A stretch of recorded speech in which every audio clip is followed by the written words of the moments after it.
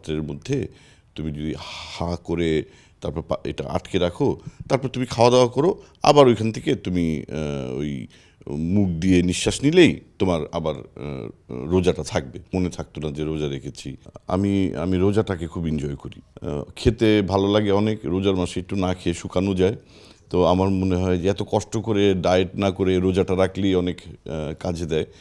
আর তারপর ইন্টারেস্টিং ব্যাপার হচ্ছে সারাদিন মানে উপোস থাকার পর ওই যে বড়া, বুট, তারপরে জিলেপি, তারপরে হয়তো হালিম, মানে এগুলাই একটা মাস মনে হয় যে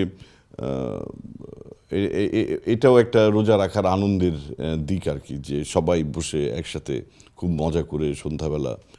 বর্তমানে এখন তো রোজার মাস, তারপরে আগের কিছু কাজ ছিল, সেই কাজগুলো করছি, আর বিজনেস তো আছেই পাশাপাশি, এগুলো নিয়েই ব্যস্ত।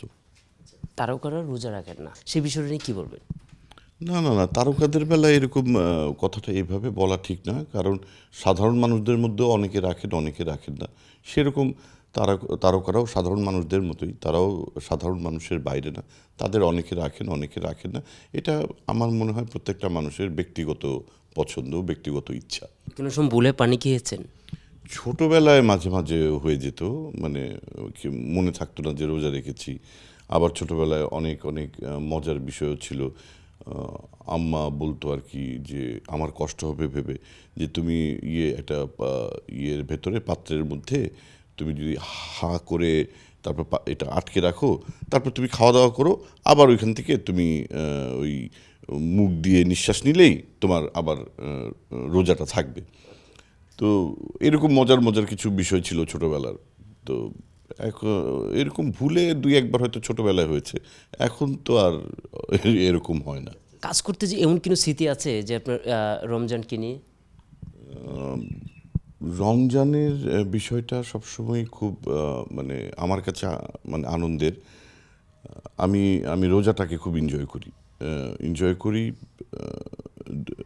প্রথম কথা হচ্ছে যে ধার্মিক দিক থেকে একটা বিষয় আছে যে এটা আমার পছন্দ, আর দ্বিতীয় বিষয় হচ্ছে যে খেতে ভালো লাগে অনেক। রোজার মাসে একটু না খেয়ে শুকানো যায়। তো আমার মনে হয় যে এত কষ্ট করে ডায়েট না করে রোজাটা রাখলেই অনেক কাজে দেয়।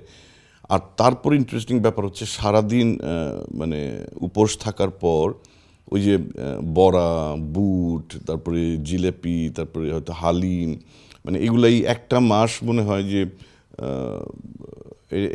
এটাও একটা রোজা রাখার আনন্দের দিক আর কি, যে সবাই বসে একসাথে খুব মজা করে সন্ধ্যাবেলা খাবো।